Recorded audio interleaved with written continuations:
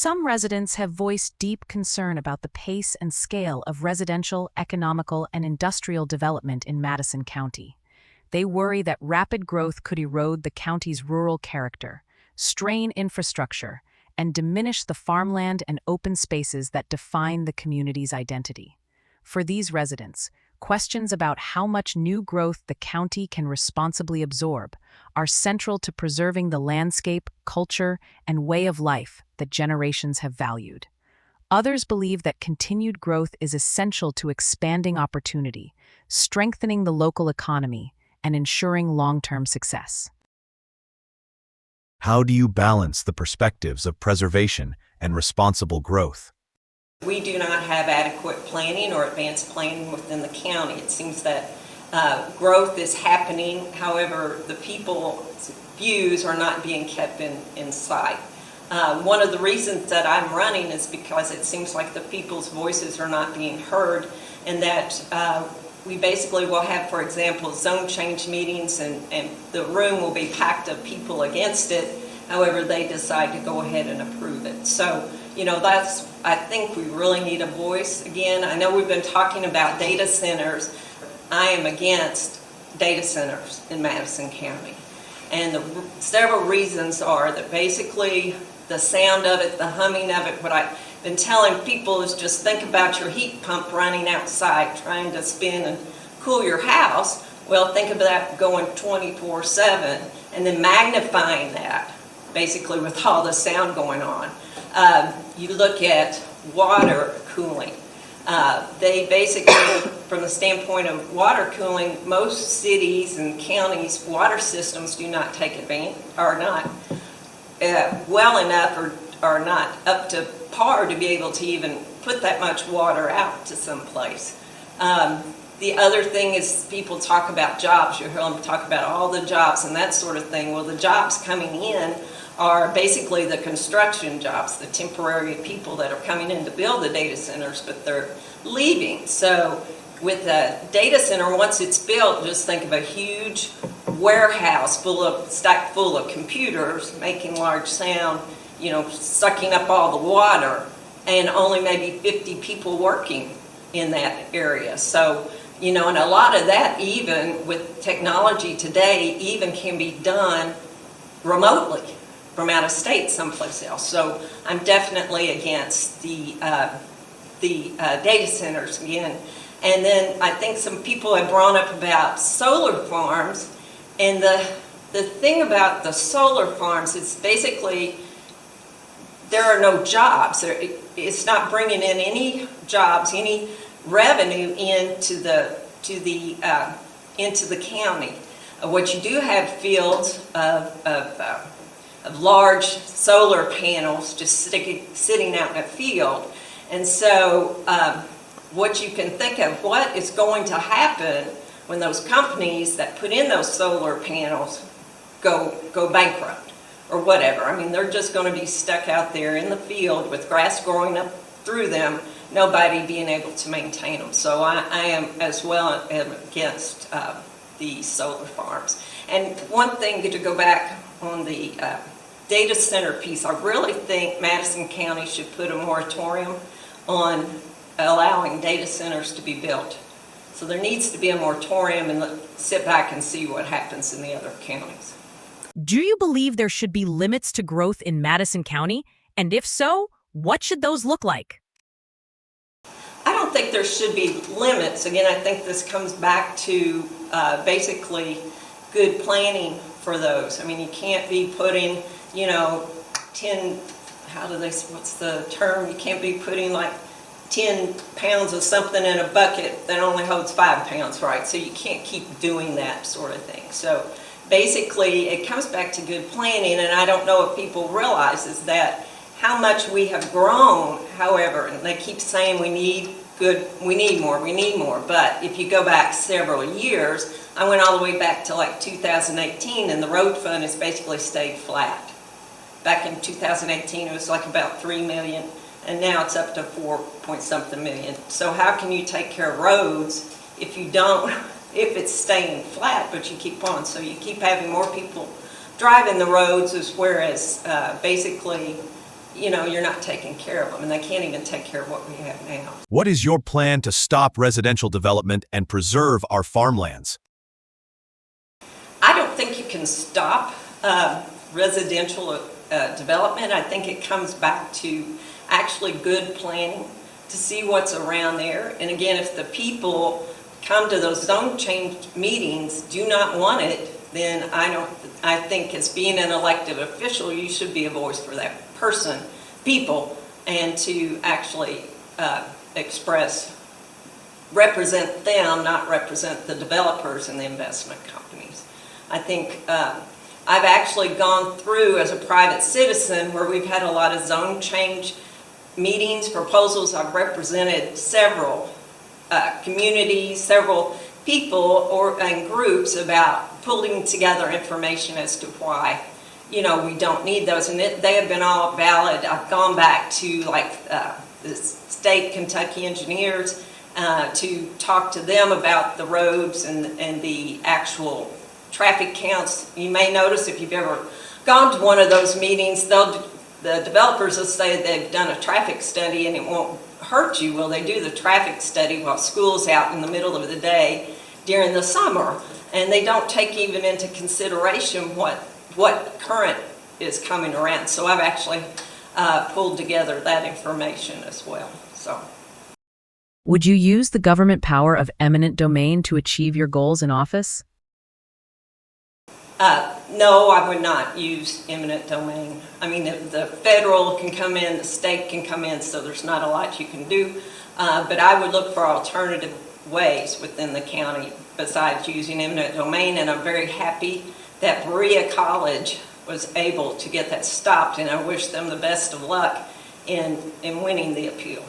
A government of the people must be open in its actions and receptive to the perspectives of those it represents, in our case, the citizens of Madison County. Transparency and responsiveness are not optional. They are the foundation of public trust and effective leadership and fundamental to good governance. How can elected officials prioritize the needs of the people over the needs of their donors?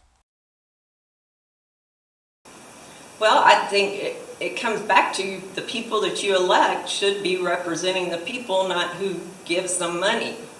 You don't owe them anything. You shouldn't. I mean, for me running, I really primarily pay for my campaign myself. I'm not out there begging for donations. But anyway, I think you truly should represent the people. How do you plan to reach out to the public on important issues that come up in the next 4 years? Well, as a private citizen, I could use social media, but I don't see myself being able to go out on social media and saying I am representing Madison County. This is a Madison County, thought or whatever. But what I have done is basically the county meetings are in the mornings. So I went and looked. We're surrounded by 7 different counties. And let's see if I brought this in here. So I kind of went through and looked at those 7 surrounding counties as well as the cities. And so out of all those, they basically had meetings in the early evenings is when they did them. And so that, first of all, would be my suggestion would be to schedule those meetings in the evenings so when people are working or that sort of thing, they can come in to participate and share their voice and that sort of thing. So I think that would definitely help a lot out there. I can say the other thing is that when it comes to zone changes, the signs for the public hearings are being placed parallel to the road, so where you cannot see them.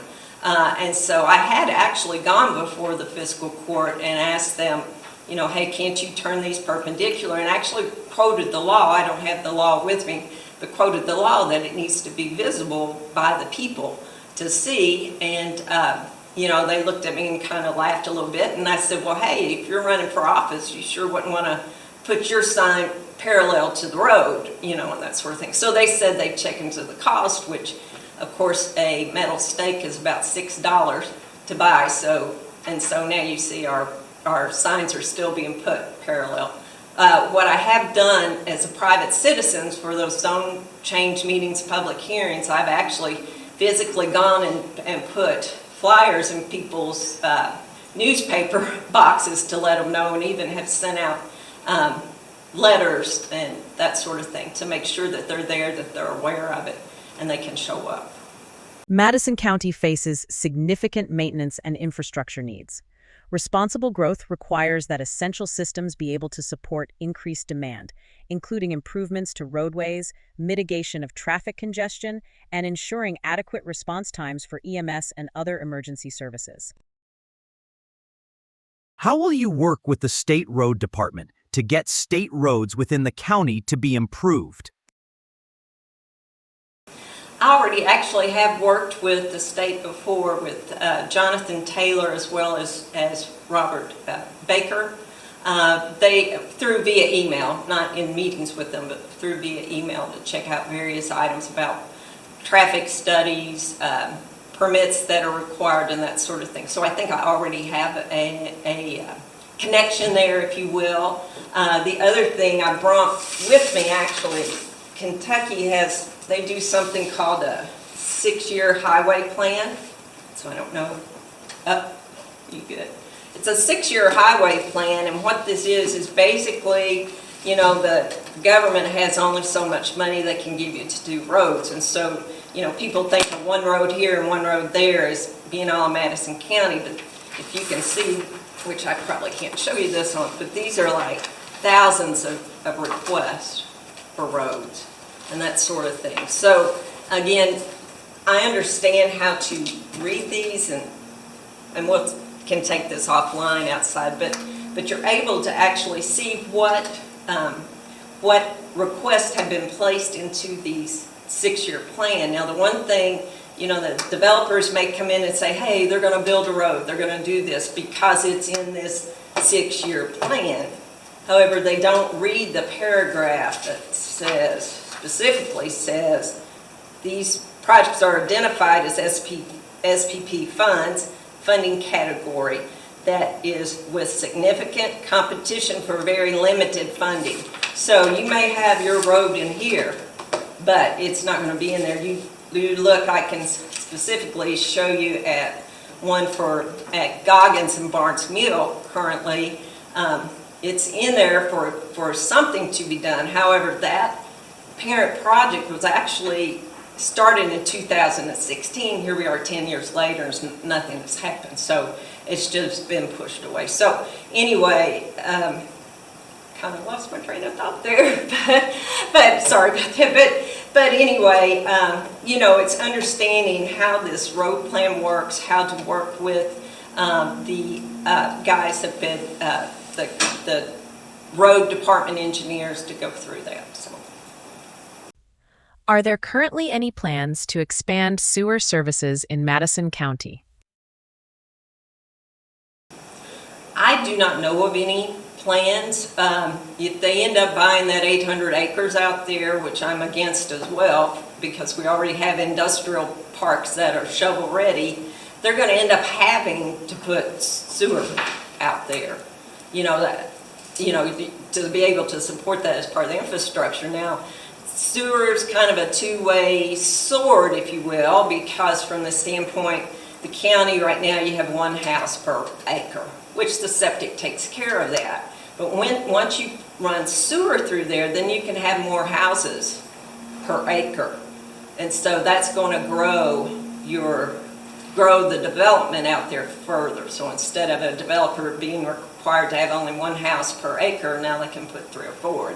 And you can go back, I just have to, the city itself, I know, has like a special residential code. I think it's an R1C, and I don't know who came up with these numbers, but it's like you could put 5.1 houses per acre.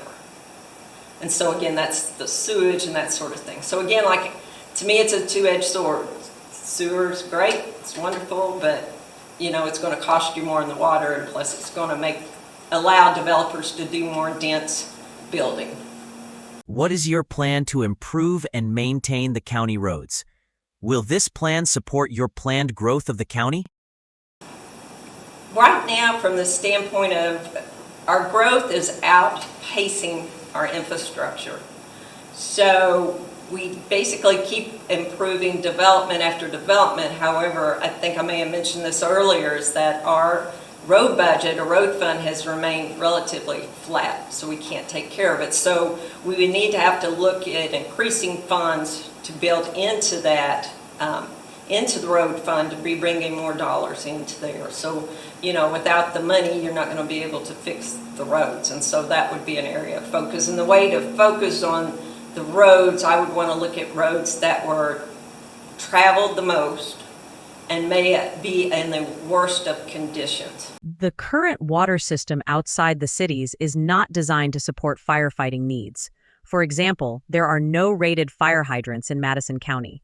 What plans do you have to improve the water system?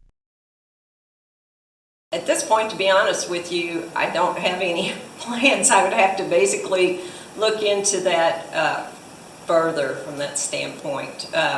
I do believe we need fire stations. Fire stations are important. I've been reading a lot of stuff on social media, so I don't know the issues with the one that's out on exit 95 or whatever. But the thing is, I believe we do need fire stations, you know, and even especially on that exit with the elementary school. So, and plus it brings your insurance down. But again, I don't know the particulars of what fire hydrants are needed or that sort of thing. What resources will be taken from other parts of the county for the new fire station in the north of the county? See, that's the thing. I'm not, other than reading what's on social media, I'm not equipped to really answer that question for you.